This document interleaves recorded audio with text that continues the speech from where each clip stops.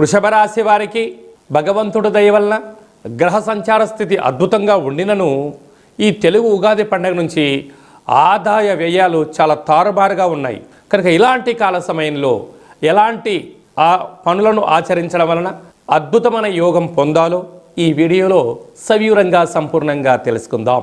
వృషభ రాశిలో ఏ నక్షత్రాలు వస్తాయనగా కృతికా నక్షత్రంలోని 2, 3, 4 పాదాలు, రోహిణీ నక్షత్రంలోని 4 పాదాలు, మృగశిర నక్షత్రంలోని 1, 2 పాదాలు కలిపితే వృషభ రాశి. రాశాధిపతి శుక్రభగవానుడు వ్యయంలో సంచారం చేయగా ధనవాకు కుటుంబ స్థానంలో దేవగురు బృహస్పతి వక్రగమన సంచార స్థితిలో ఉన్నప్పుడు ప్రధానంగా పరిస్థితులు అన్నీ మీ ముందర ఉన్నాయి అన్నట్టే కనపడుతూ ఉంటాయి.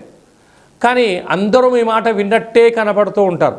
కానీ తీరా సమయం వచ్చేసరికి మీ ఫోన్లు లిఫ్ట్ చేయకపోవడం, ఆర్థిక ఇబ్బందులకు గురయ్యే పరిస్థితి ఉంటుంది.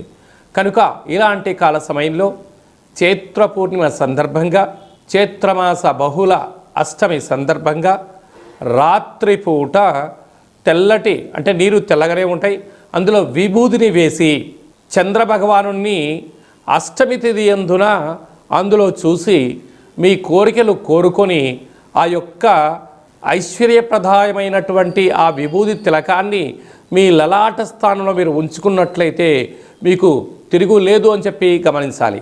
అలాగనే అష్టమి తిథి యందున పగటి కాలంలో, ఎందుకనగా అష్టమి తిథి యందున రాత్రిపూట చంద్రుడు చాలా లేటుగా వస్తాడు.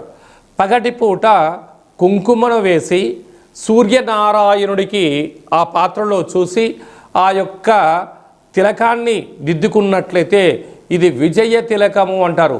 సూర్య భగవానుడు ఎంత ప్రతిరోజు తన పనిని ఎలా విజయాన్ని సాధిస్తూ వెళ్తూ ఉంటారో మీరు కూడా వృషభ రాశి వారు శత్రువులపైన విజయాన్ని సాధిస్తూ అఖండమైన రాజయోగం మీ సొంతమవుతుందని చెప్పి గమనించాలి.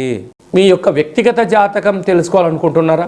మీ యొక్క పేరు, పుట్టినటువంటి తేదీ, నెల, సంవత్సరం, పుట్టిన సమయం వ్రాసి వాట్సాప్లో పంపించగలిగినట్లయితే 100 సంవత్సరాల జాతకాన్ని వ్రాసి పంపించి మీరు పుట్టినప్పుడు గ్రహ గమనాలు ఎలా ఉన్నాయి, ప్రస్తుతం ఎలా ఉంటున్నాయి, రాబోయే కాలంలో ఎలా ఉంటున్నాయి, ఈ తెలుగు ఉగాది పండుగ గురించి ఆదాయ వ్యయాలు, ఎలాంటి కార్యక్రమాలు ఆచరింపచేయాలి, ఎలాంటి కార్యక్రమంలో మనం విజయం సాధించబోతున్నామో అన్ని విషయాలను మీకు సవివరంగా సంపూర్ణంగా తెలియజేయడం జరుగుతుంది.